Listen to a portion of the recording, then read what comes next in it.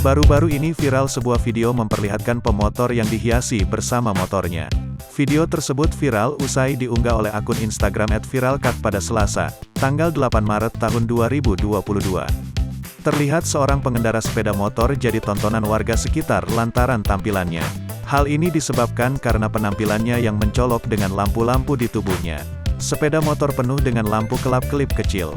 Tak hanya sepeda motornya, pria tersebut juga menghias pakaiannya beserta helm dengan lampu kelap-kelip.